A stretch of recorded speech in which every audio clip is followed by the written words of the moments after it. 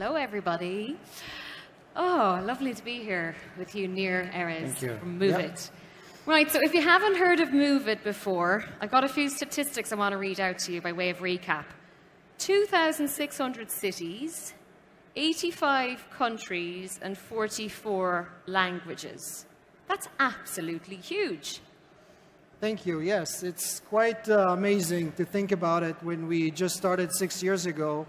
And this quarter, we just crossed the 300 million users milestone, side by side with the coverage that you've just mentioned.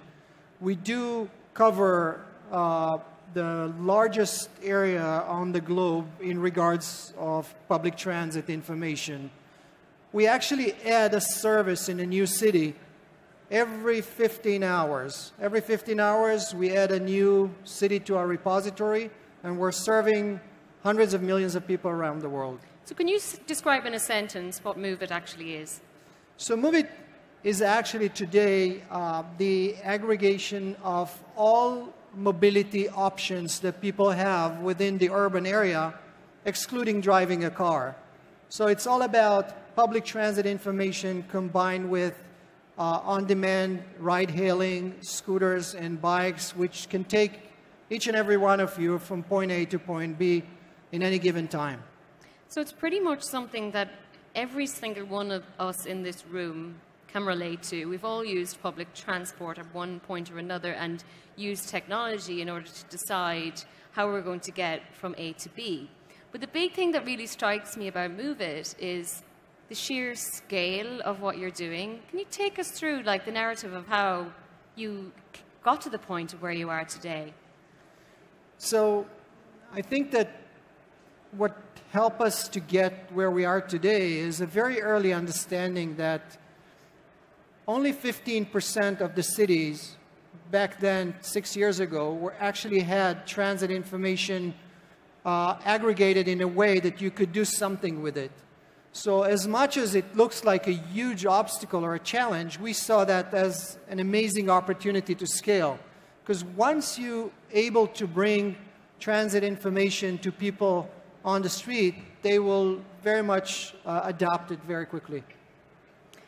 You've been described as the Wikipedia of transit, and we'll talk about that in a second, because that's kind of like a headline for you. But I believe you have another headline you'd like to share with us today. Yes, I want to take this opportunity today in front of you guys at Web Summit to announce globally that we have just signed a strategic agreement with Microsoft, the second largest company in the world, to provide them all our transit data as part of Microsoft Azure Maps services.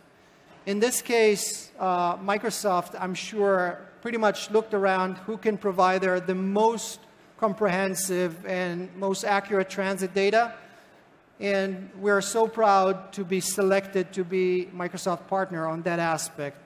And by doing that, we will allow now hundreds of thousands of developers around the world using Azure cloud services to get the most comprehensive public transit data available through their API. So we're very excited about this partnership, and I'm quite sure that it will contribute to so many different businesses around the world. I'm going to be a bit bold or slightly cheeky in the next question I ask you. Where does that put you when you think about the real heavyweights of maps like Google, for example? So I can, very easily say that on the transit level, Moovit today have about 70% more coverage than Google Maps. We actually can immediately connect that to your previous remark about the Wikipedia of transportation. And the reason why we have so much coverage and so much information is a lot of it is thanks to our amazing global community of volunteers. So I want to tell you something very interesting. I mean, out of the 300 million people that we have as users, about 1% volunteered actively to help us build transit data.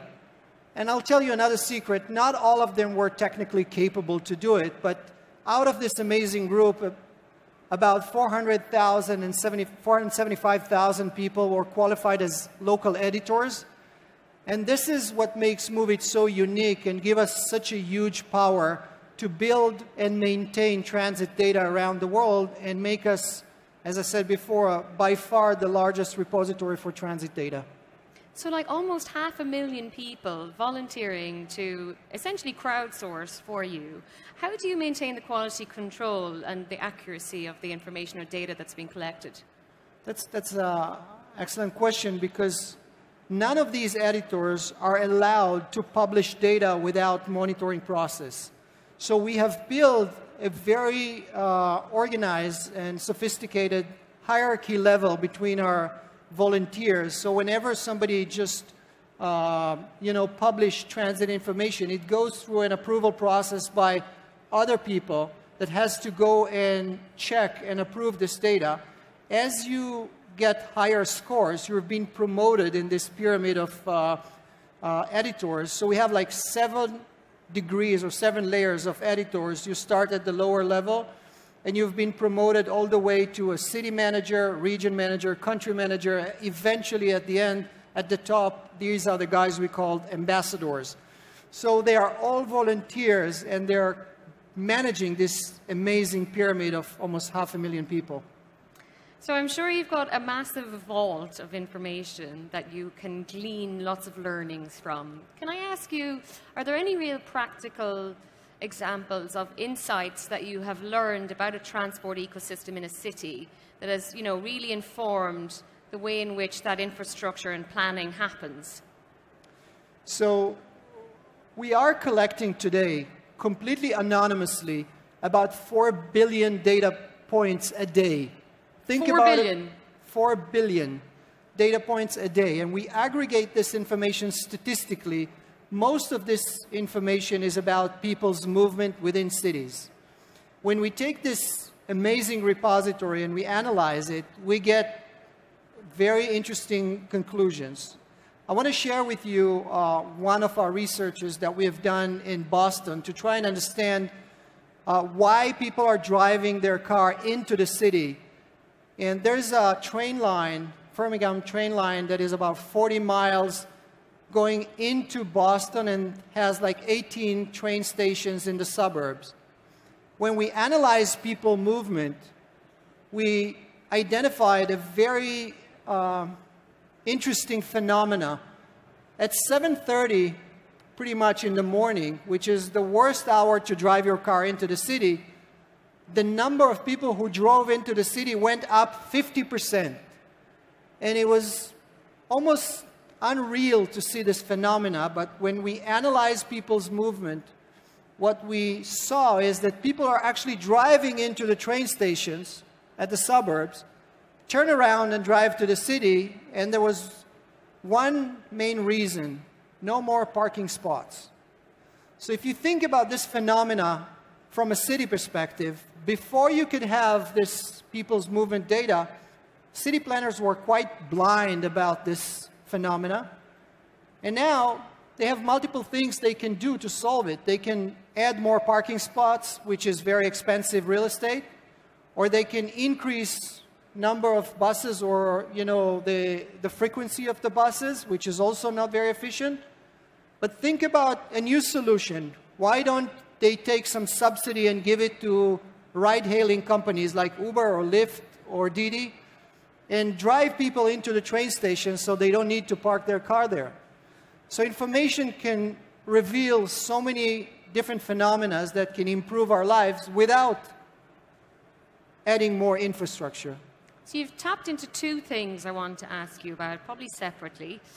One is you've mentioned Uber and Lyft, and to me it's impossible to talk about public transport without thinking about startups or media companies or tech companies that have completely disrupted the whole ecosystem, and how that's regulated and how that all fits. And the second thing is, what can decision makers do with the type of data that you are gathering? Because there's clearly a valuable commodity here in terms of the information that you have.